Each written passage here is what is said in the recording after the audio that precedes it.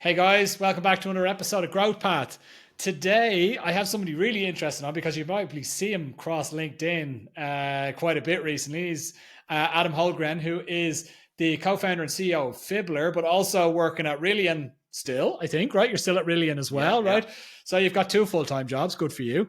Um, his background as well, he's worked at companies such as Get Accept as well. So Adam's a seasoned B2B marketer with over a decade of experience and a background in economics.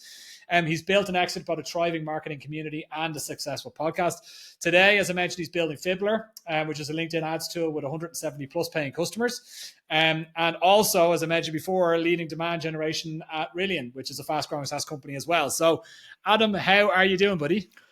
I'm very well, thank you, Andy. I think actually the first ever, I don't know if it was a webinar or podcast I was ever on, was actually with you, and I think it was like 6 years ago or something now. But it's fun to be here chatting again.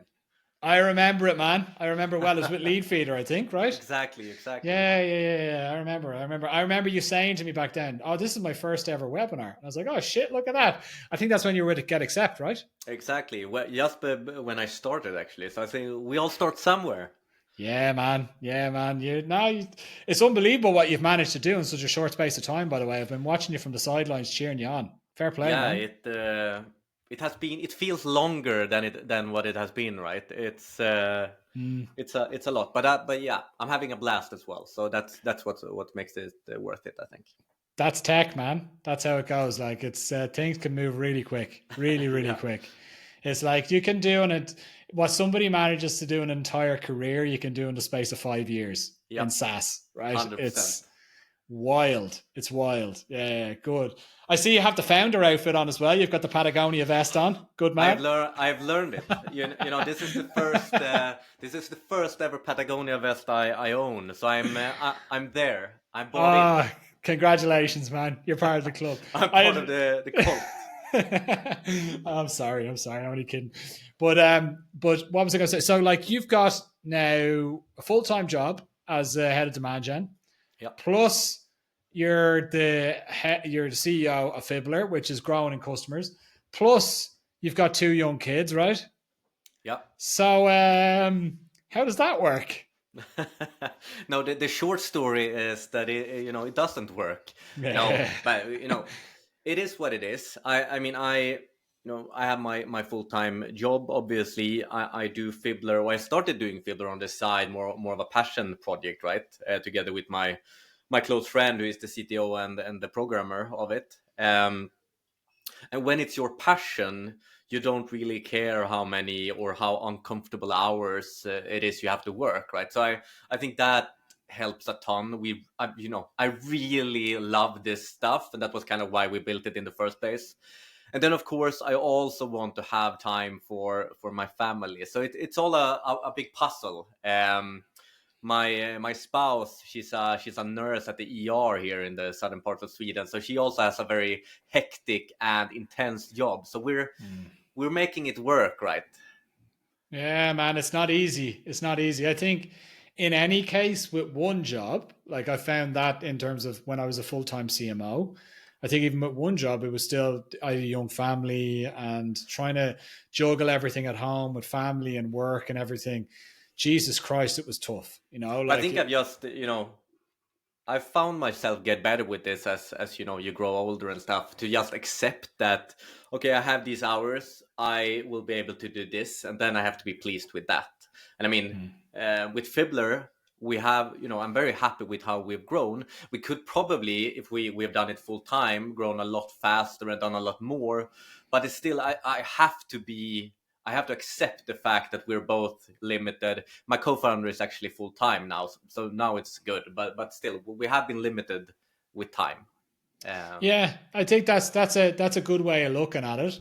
And I think as well, I've been saying this to so many people. Like the position that I'm in now is I work across so many different brands. I'm similar in a way, but dissimilar. I don't have a tech, but I'm working across two different companies. I run still my fractional CMO services, which have customers on for years, and now also Purple Path, the CEO of, which is a go-to-market agency. Some of that is merging together now, but it's exactly. still it's It's also still several full time jobs in a way. yes. Right. Yes, it is. Yeah. It is because there's the needs of needs of clients. They don't care if you have somebody else you need to answer. They want an answer now, right? Exactly. So like I find myself spinning an awful lot of plates.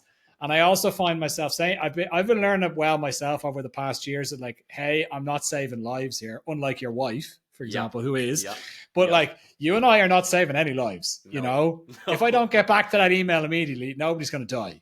You know, Exactly. even though the customer, whoever might be thinking, oh, Jesus Christ, this is the most urgent thing on the planet. It's like, it's typically No, and not. I think as long as you're transparent, right? It's several calls I've just told people, I have both kids. It's impossible. Can we reschedule for tomorrow? And I've never experienced anyone like saying this is the worst. This is, as long as you're transparent and open with what's going on, I think it's fine. Yeah. I'll tell you what a game changer for me has been. Massive game changer. I got an assistant. So Miranda, who I guess organized this, she looks after my entire inbox and my entire calendar. Everything that has to do with any type of scheduling or anything at all.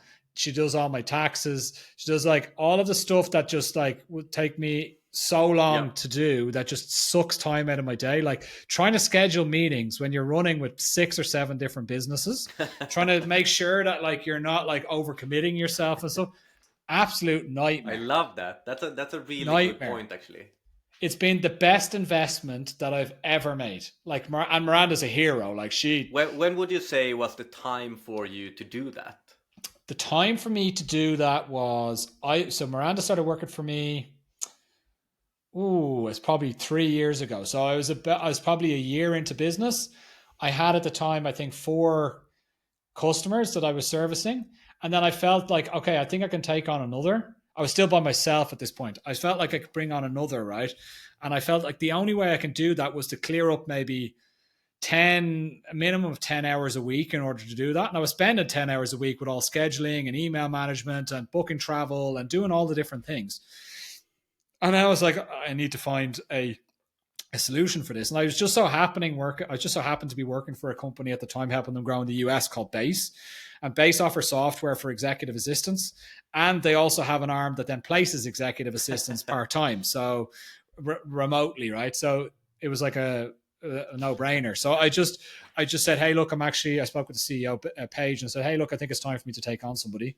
And that's when I was matched with Miranda, and Miranda's been with the business and is very much seen as a part of this business as well, with Purple Path, with the guys on the team as well. Like she joins all of our calls, take all of our notes. We had a meeting this week whereby we decided, hey, we want Miranda to do a little bit more here and there as well. Like, so it's like she's been growing with the team as well. But it's that has been the biggest game changer for me, actually. Really good tip.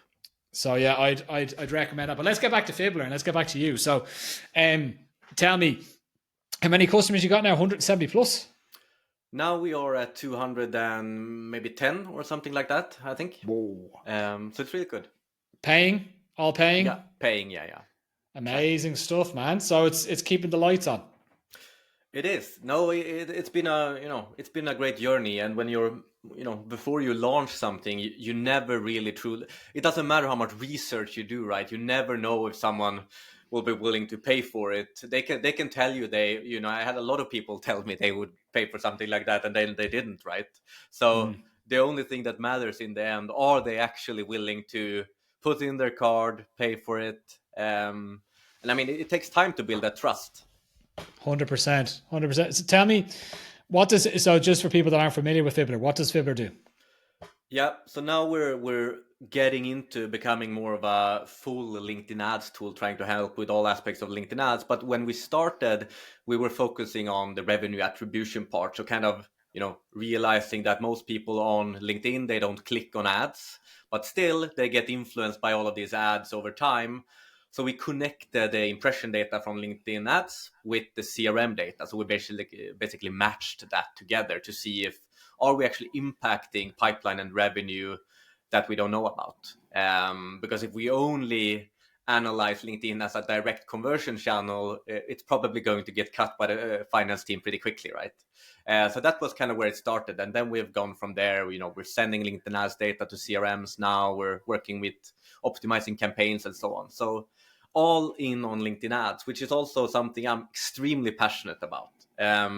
which I think helps a lot. That's cool, man. Like, it's interesting. The data that you're looking at, I don't think anybody was looking at that data properly until you guys came about. Like, No, I have looked at this data before in the past. It's hard to package the data. That's normally an issue, right? But exactly. like, if you're working with smaller startups or whatever, it's easier enough. You might have like an SDR or two that you might be able to say, hey, look, guys, big brand XYZ has seen a ton of our impressions, Yeah, or that would then help on reaching out on the outreach, or at least putting prioritization in terms of which companies to go after. And then afterwards as well, to your point around revenue attribution, is looking at, okay, which companies have seen like the most amount of impressions that are currently in our pipeline that have either lost or closed or whatever it might be. Yeah. yeah, exactly. And I mean, that's also why our ICP is generally, companies up to maybe 250 employees or so, because Yeah. at that point, their CRM instance is typically still quite easy to manage and easy to connect to. When it becomes really, we have a couple of really large customers, then it becomes more of a customizable thing we have to do, and it's not really the PLD stuff we're trying to Yeah. solve. I've got a guy in the team here, Marcus, who's our Martech expert, and he's implemented Fibbler across a number of organizations now. So we're actually recommending you to our clients, That's by the very way, just nice. so you know.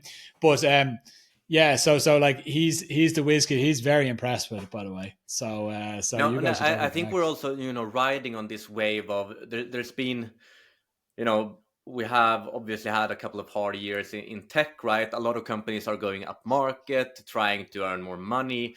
And it kind of leaves this, people have to pay a lot of money to get a lot of features, but sometimes you only want this. So I think we've seen this now, not only with what we built, but with a lot of products, these niche kind of tools coming. Okay, you pay this smaller amount for yes, a limited amount of features, but maybe for now, that's all we need. And I think that's, they have kind of been forgotten, the whole SMB segment, by Yeah, companies looking to go enterprise, right? yeah, point solutions, man. I think point solutions, best of breed, is something that we're going to start to see more and more of in the coming years. Yeah, Like you've mentioned, like some of the larger solutions that offer like everything that it costs an absolute fortune. Ones that rhyme with, I'm not even going to say what rhyme, 6 cents as an example. exactly. Like super Yeah, expensive, And some of the things that you guys are doing are the things that you can also do using a very, very expensive platform like 6 cents, 100%. but you guys can offer it for a fraction of the price, right? No, and I've also come to realize that a lot of marketeers, as you mentioned, your Martech wizard, there are a lot of marketeers now that are insanely good on their own, right? They only need the freaking data, and then they will Yeah, solve it themselves. They will find a way. yeah, And I think that is something I've been seeing now much, much more now than before. Like yeah. people were before maybe looking for more this hand-holding vendor. At this point, people are honestly solving it. Forget it. Yeah, like I think so. If you're talking about the SaaS scale up space, at least if we're talking about that as a segment of companies that are looking to implement software, they are so proficient in Yeah, scraping together whatever is needed in order to see some value. So like we would, Marcus, for example, would work with companies around putting together intent data packages. yeah, So an intent data package would be Fibbler data. Where I'll give you one example of one company that we're working with at the moment. It's got Fibbler data, it's got Apollo.io third-party intent data, it's got second-party data coming from G2 and OMR. So yeah, it's looking at G2 data. So as is my competitor searching for us against them? Who's looking at my competitor's profile? Right, on G2. Then on top of that, we've got OMR data, which is doing the same thing, but yeah, mostly for Germany, right? Online Marketing Rockstars is very German. Then on top of that, we're using first party data via Dealfront and Albacross. yeah, So like we've got like exactly. coverage across everything, and we're gathering all of that information together to basically give an intent score. I'd say like this particular Yeah, company is showing a love good that. intent score. You need to go and start reaching out to them. And what we do is we create a custom audience for ads. And then we also send the same information onto the SDR team. They're all picking up the phones. We're doing coverage with ads, and basically it's helping us to accelerate our pipeline. you know? Yeah, and I think that you also have control then of the data, because I feel like that was also like when you have one of these big vendors, they have control of the data. You understand maybe some parts of what it is, but Yeah. this data is quite, okay, they engage with your ads. I understand in my head what that is. They visited the website. I get what that is. I mean, Yeah. that's G2. They visited our category page. I understand. I think that is intent versus they have somehow, they are interested in this category. Yeah. We won't tell you why, but they are. Yeah, exactly. You need to go figure that out, Exactly, but at least you're getting a sniff in the right direction, Yeah. So look, tell me about some of the things you've struggled with. What are some of the things that have been rough? No, but obviously it's tough to build a company and a business. I'm actually gonna put out a post about this tomorrow. We had our first, big incident, big bug this week actually, with one of our beta features, and stuff like that you don't really talk about. Our co-founder had to drop most of his things and personal life for the half of the day to just fix it. And then you have to communicate with the customers and so on and stuff like that, and you kind of feel like your whole world is coming down a little bit when something like that happens. Obviously it didn't. It was fine, but it's still, man, it's hard. It's a big hustle. I mean, the growth we have seen, it hasn't really come from any virality. Yes, it helped that I had a big audience from the start, but it's still been I put out posts every weekday. I have to put in the work. We have to, we do ads, of course, but we have to put in the work. It's all we ship features. It takes a lot of time. I think before we launched, I had some sort of, I want to get rich quick or and so on. And now 12 months later, still not rich. So, I mean, I think, you will adjust your expectations very quickly. I think that's what happens though. Like it's there's no quick fix to anything. No. It's pure slog, right? Like Yeah. that's one of the things that I've learned the hard way. But it's also one thing that I need to teach to people, to founders normally. Even when it comes to marketing, they're like, okay, we need to multiply our pipeline by 10x by this month to the next. I'm like, okay, well then you better start getting on your hands and knees and start praying, because I think Exactly. that's about the only thing that's going to help you here. Like it's completely unrealistic as well to think that you're going to be able to change the world without putting the effort in and No, time. exactly. And I think you often see these stories, right, on LinkedIn, especially about, this company went from 0 to 100 million in ARR in 12 months. And it's like 99.9% of businesses, they don't do that. Those are the guys, Adam. Those are the guys that have been smoking 70 cigarettes a day since they were 3 years old, and they're still alive when they're 90. There's not many of those that exist. That's a good But there's point. always one, and smokers tell themselves, oh, but look, he's been smoking for years and like he's 90 years old and he's still Yeah, standing, But what about the other 900,000 others that didn't make it, Like it's, yeah, yeah. exactly. So yeah, no, No, and I also think it's a difference, right, in where you are in your life when you start a business. You of course know that as well with kids, right? I mean, if I was 20 when I started Fibbler, I would have gone full time directly. I would have gone, it wouldn't have mattered if I didn't have any money in at that point. Now, closing 35 almost now, 2 kids, I don't have that financial luxury to be able to do that, which is also why we started it on the side. So I think you have different parts of you're in different parts of your life when you can do certain things. Yeah. Who knows though? Even if so the way that you look at it, if you're 20, it would have been different. Who knows? It may not have worked out at all. You might have been in a completely different mindset at that age as well. You 100%. wouldn't, It's a lot of influencing factors. Exactly. I don't think I would be a very good owner of a business at 20 based on everything, based on everything that I know now. Could barely deal with my private economy at that point, right? Exactly. So like, I think there's so many like variables in that. But look, tell me what's next for Fibbler? What are you thinking?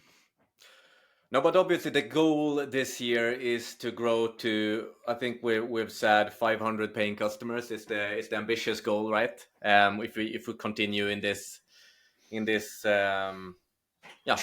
growth trajectory we've had. We obviously, we're going to stay as this niche tool that we are. We are going to stick to, prioritizing LinkedIn ads, because that's what I know. That's what I also love and I'm passionate about, which is also very helpful because I can talk a lot about, okay, this is how you get better at LinkedIn ads and so on, which is a good starting point for someone then looking at Fibbler. So obviously that's the big goal. I'm betting hard on YouTube this year. That's my nest. Most of our growth have come from LinkedIn and LinkedIn ads. Obviously, I realized that at some point we are going to have to extend our channel mix, and YouTube is actually something I've never really given a shot with before. So I'm super excited about that. Trying to take more of the LinkedIn ad space on there to more to educate, to be honest. So yeah, it's going to be really fun to see if that has an impact or no. But I mean, I spend a lot of time on YouTube and I love it. So Same. I'm hoping for that. I see YouTube. It's interesting that you mentioned YouTube. I see YouTube as the next big thing. I think YouTube is going to be the next big B2B channel. I've seen other channels drop off, like eventually with LinkedIn. Who knows which way LinkedIn goes, right? That's the next thing. I think it's clever of you as well to be looking at other channels outside of LinkedIn as well, and also to be fully dependent on one particular channel is also, I don't know, dangerous. Like for me, I don't know. Is that something that keeps you awake at night a little bit as well? To be to be open to whatever Microsoft decide to do, right? With LinkedIn, that's of course a big thing, right? We're very dependent on what Microsoft and LinkedIn wants to do with their whole API partnerships and so on. No, it's not necessarily something I'm thinking about, but I'm very, it could bring our business down in a day, right? That's just how it is. We have to be very comfortable with that. And then, of course, we are very open to, or we want to partner as much as we can with LinkedIn. I mean, we're trying to get more people to spend money on LinkedIn as well, but in a more, we want them to do it in a very efficient way. So I think we have the same goals. I mean, we don't want to have less people spend money on LinkedIn ads, because that's how we also get customers. So I think it's a very good partnership in a way. And I would say that LinkedIn they have also released a lot of features, similar to ours now, I would say, because they also realize the power of this, the power of connecting to their customers' other data sources. Which will then help them grow, right? So people will be willing to spend more money if they manage to prove the worth of what they're doing on LinkedIn. But I honestly, as of now, at least, I don't see any red flags in that. I think they see the point of having an open, or they don't have an open API, but they have an API you can at least apply for, right? Because there are a lot of businesses that are working out of that and that are helping them drive customers. I mean, I don't remember the number now, but I saw the increase in people advertising on LinkedIn compared to last year, and it's increasing by quite a lot. That's amazing. That's good, man. I mean, it's good that LinkedIn are recognizing that. I think that's the most important. That's the most important thing that you can see from that, is if they're recognizing the value of what you guys have to offer, they're willing to partner, etc. Then that's the best sign that you could possibly hope for. But I also think it's a really good sign as well that you guys are going after extra channels. Look, we're right at the end of time now. I don't want to keep you any longer. So Adam, thank you so much for coming on. Where can people find you? Thank you, man. Yeah, on LinkedIn, I try to post at least daily on weekdays and try to educate as much as I can on what I've learned from the last years or so. Perfect. Adam, thanks so much for coming on, mate. Much appreciated. Thank you, Andy. Sure thing. Guys, this has been another episode of Growth Path. Tune in again next week for more great content. Thanks, Adam.